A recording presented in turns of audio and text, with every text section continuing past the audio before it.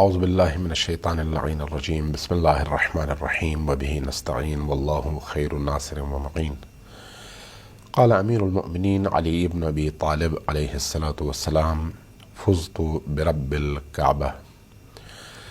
سب سے پہلے آپ سب کی خدمت میں امیر المؤمنین علی ابن ابی طالب علیہ الصلاۃ والسلام کی شہادت کے یہ ایام، یہ راتیں، میں ان حوالوں سے تسلیت عرض کروں گا۔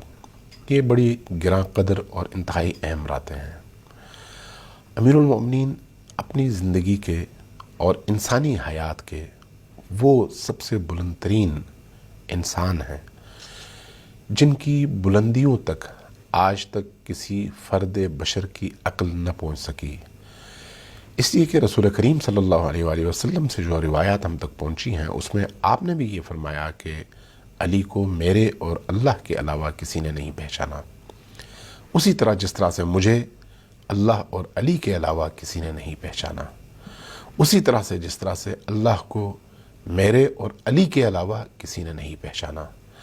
علی اپنی تاریخ کے بہت بلند انسان، لیکن اسی حساب سے اہل دنیا کی نگاہوں سے ان کی عظمتیں ابھی پوشیدہ ہیں۔ آج 1400 سال گزر چکے ہیں، یعنی اس سال امیر المؤمنین کی شہادت کو 1400 سال مکمل ہو گئے، چونکہ یہ 1440 ہجری ہے۔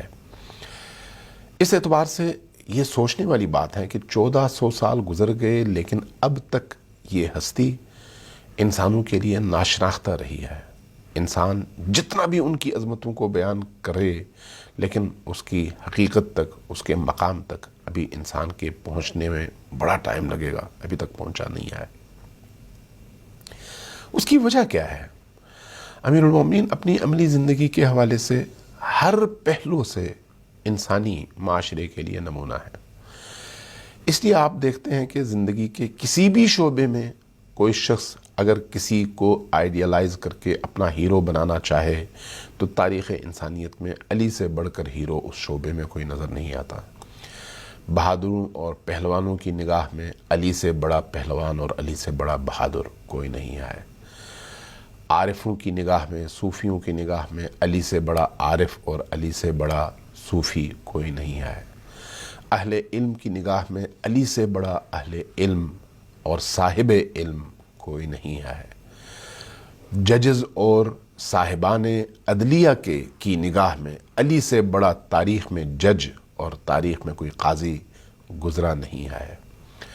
اگر مختلف علوم کے شعبوں کے حوالے سے دیکھیں، چاہے وہ علم تفسیر کے حوالے سے ہو، چاہے وہ قرآن کی معرفت کو بیان کرنے کے حوالے سے ہو، چاہے وہ ستارہ شناسی کے حوالے سے ہو، چاہے وہ جغرافیہ کے حوالے سے ہو، چاہے وہ فلکیات کے حوالے سے ہو، چاہے وہ کسی اور شعبے میں ہو، اگر کسی بھی علم کے شعبے میں آپ نگاہ اٹھا کر دیکھیں تو اس شعبے میں آپ کو علی ہیرو نظر آئیں گے، علی رول ماڈل نظر آئیں گے، علی سب سے اونچے مقام پر نظر آئیں گے۔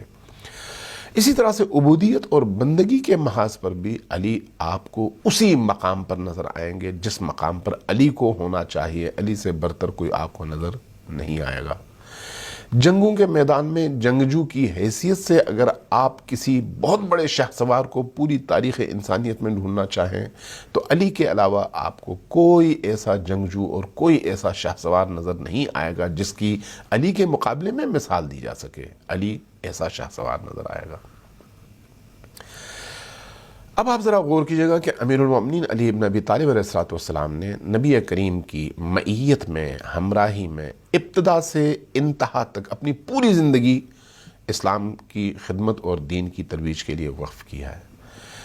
جب نبی کریم صلی اللہ علیہ وآلہ وسلم مبعوث برسالت ہوئے اور کعبۃ اللہ کے صحن میں جب آپ نے نماز کا آغاز کیا تو تاریخ بھی یہ بتاتی ہے اور احادیث بھی بتاتی ہیں کہ اس وقت یا نبی کریم نماز پڑھ رہے تھے، یا حضرت خدیجہ تھیں، یا پھر امیر المؤمنین علی ابن ابی طالب تھے۔ یعنی اسلام کے بالکل ابتدائی دور سے امیر المؤمنین نبی کریم صلی اللہ علیہ وآلہ وسلم کے ساتھ ساتھ چلتے رہے اور ساتھ ساتھ رہے، اور تمام وہ کام جو نبی کریم انجام دیتے تھے امیر المؤمنین بھی انجام دیتے تھے۔ اسی لیے نبی کریم صلی اللہ علیہ وآلہ وسلم نے امیر المومنین کو مخاطب کر کے کہا تھا کہ یا علی انت ترى ما ارى وتسمع ما اسمع الا انک لا نبی، اے علی تو وہ سب کچھ دیکھتا ہے جو میں دیکھتا ہوں، وہ سب کچھ سنتا ہے جو میں سنتا ہوں، صرف یہ ہے کہ تو نبی نہیں ہے بلکہ میرا وصی ہے۔ علی اس ابتدا سے نبی کریم کے ساتھ رہے، تمام ان جنگوں میں جن میں نبی کریم نے خود حصہ لیا یا نہیں لیا، امیر المومنین پہلی صف میں نظر آئے، فاتحین میں نظر آئے، دشمنوں کو تہ تیغ کرنے والوں میں سب سے آگے نظر آئے، حتیٰ احد کے جنگ کے اندر شکست کی اس کیفیت میں بھی بھاگنے والوں میں علی کا نام نہیں ہے، لیکن نبی کریم کے ارد گرد پروانے کی طرح سے نبی کے ساتھ جڑے رہ کر نبی کا دفاع کرنے والوں میں صرف اور صرف اگر کوئی بڑا قداور انسان نظر آتا ہے تو وہ امیر المومنین علی ابن ابی طالب ہیں۔ اب آپ جنگ خیبر کو دیکھیں، جنگ بدر کو دیکھیں، احد کو دیکھیں، احزاب کو دیکھیں، اور بہت ساری جنگیں، 86 کے قریب جنگیں ہیں، ان تمام جنگوں میں علی سب سے آگے ہیں، علی کی شجاعت سب کو نظر آ رہی ہے۔ اس لیے مشرکین قریش کو جتنا بغض علی سے تھا اتنا بغض کسی اور سے نہیں تھا، اس لیے کہ جتنے بھی بڑے مشرکین قتل ہوئے ان تمام بڑے مشرکین کے قتل کے پیچھے علی کی شمشیر، علی کی ذوالفقار نظر آ رہی ہے۔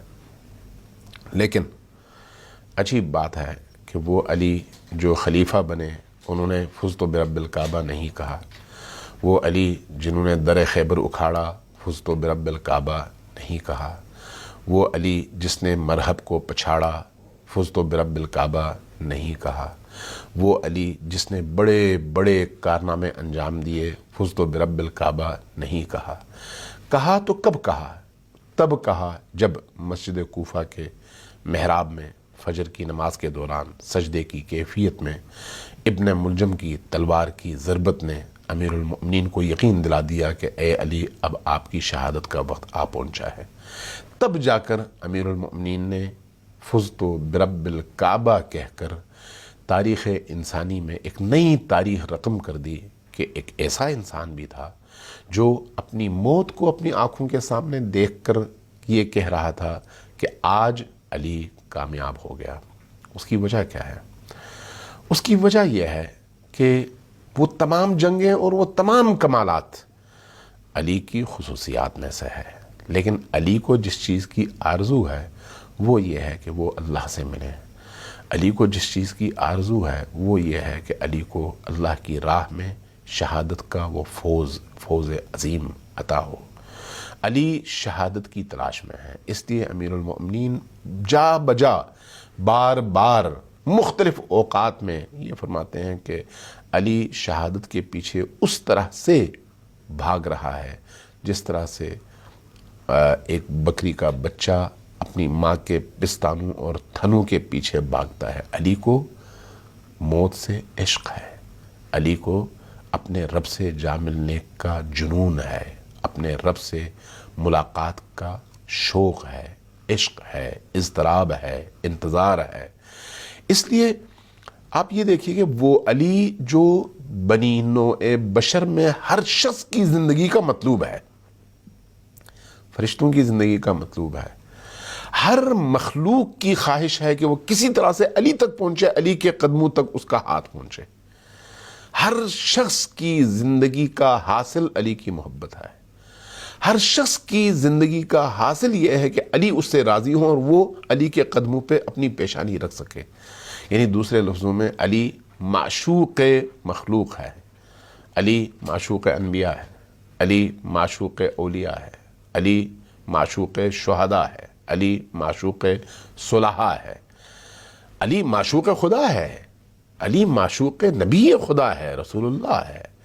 یعنی علی ان تمام میدانوں میں، ان تمام پہلوؤں سے خلقت کا بھی منظور نظر ہے اور مطلوب ہے، اور اللہ کو بھی علی اتنا عزیز ہے۔ لیکن علی کو کیا عزیز ہے؟ علی کو شہادت عزیز ہے، علی کو وہ موت عزیز ہے جو علی کو اپنے رب سے ملا سکے، علی کو اپنے رب سے ملنے کا شوق ہے. چونکہ رب سے ملنے کا شوق ہے اس لیے اس شوق اور اس عشق کے علاوہ باقی تمام میدانوں میں جو بھی بڑی سے بڑی کامیابی ملتی ہے اس کامیابی کو علی فوز عظیم قرار نہیں دیتے. ہاں کامیابی ضرور ہے لیکن فوز عظیم قرار نہیں دیتے. لیکن جب ضرورت پڑتی ہے اور یقین ہو جاتا ہے کہ اب میں شہید ہو جاؤں گا اور شہادت کے نتیجے میں اپنے رب سے جا ملوں گا تو وہاں پر کہتے ہیں کہ آج الیوم، آج کے دن علی کامیاب ہو گیا. فزت برب الکعبہ، رب کعبہ کی قسم علی کامیاب ہو گیا. اس لیے کہ علی نے اس ضربت کو قبول کر کے اپنے رب کے دیدار کا دروازہ کھول دیا ہے. اب اپنے رب کی بارگاہ میں علی پہنچ رہے ہیں. لہذا یہ جو فزت برب الکعبہ ہے یہ عشق علی کی معراج ہے. فزت برب الکعبہ عشق علی کو بیان کرتا ہے. یہ جملہ بتاتا ہے کہ علی کی زندگی کا حاصل اور مطلوب اللہ تبارک و تعالیٰ سے ملاقات ہے. اس لیے علی کی تنہائیوں میں جو گریہ ہے، جو اشک ہے، جو اضطراب ہے، جو مناجات ہیں، جو رونا ہے، گریہ ہے، ان تمام کا مقصد کیا ہے؟ کسی طرح سے وہ وقت آئے کہ علی اپنے رب سے، اپنے محبوب سے، اپنے خالق سے، اپنے پروردگار سے، اپنی زندگی کے معشوق سے اور سب سے بڑے معشوق سے اس طرح سے مل سکے. اس لیے 21 رمضان کی صبح کو جب امیر المؤمنین اپنے رب کی بارگاہ کی طرف پرواز کرتے ہیں تو یہ موقع وہ ہے جب علی جیسا کائنات کا عظیم ترین انسان اپنی زندگی کے عظیم ترین ہدف تک پہنچا ہے. اس لیے 19 کی صبح کو جب ضرورت پڑتی ہے تو فرماتے ہیں فزت برب الکعبہ، آج علی کامیاب ہو گیا. اللہ تبارک و تعالی ہم سب کو علی کے نقش قدم پر چلتے ہوئے علی کے عشق کے ساتھ، علی کی محبت کے ساتھ، علی کے پیار کے ساتھ، علی کی ولایت کے ساتھ، علی کی امامت کے ساتھ، علی کی مودت کے ساتھ، علی کے مہر اور علی کی محبت کے ساتھ زندگی گزارنے اور موت کو گلے لگانے کی توفیق اور سعادت نصیب فرمائے. والسلام علیکم ورحمۃ اللہ وبرکاتہ.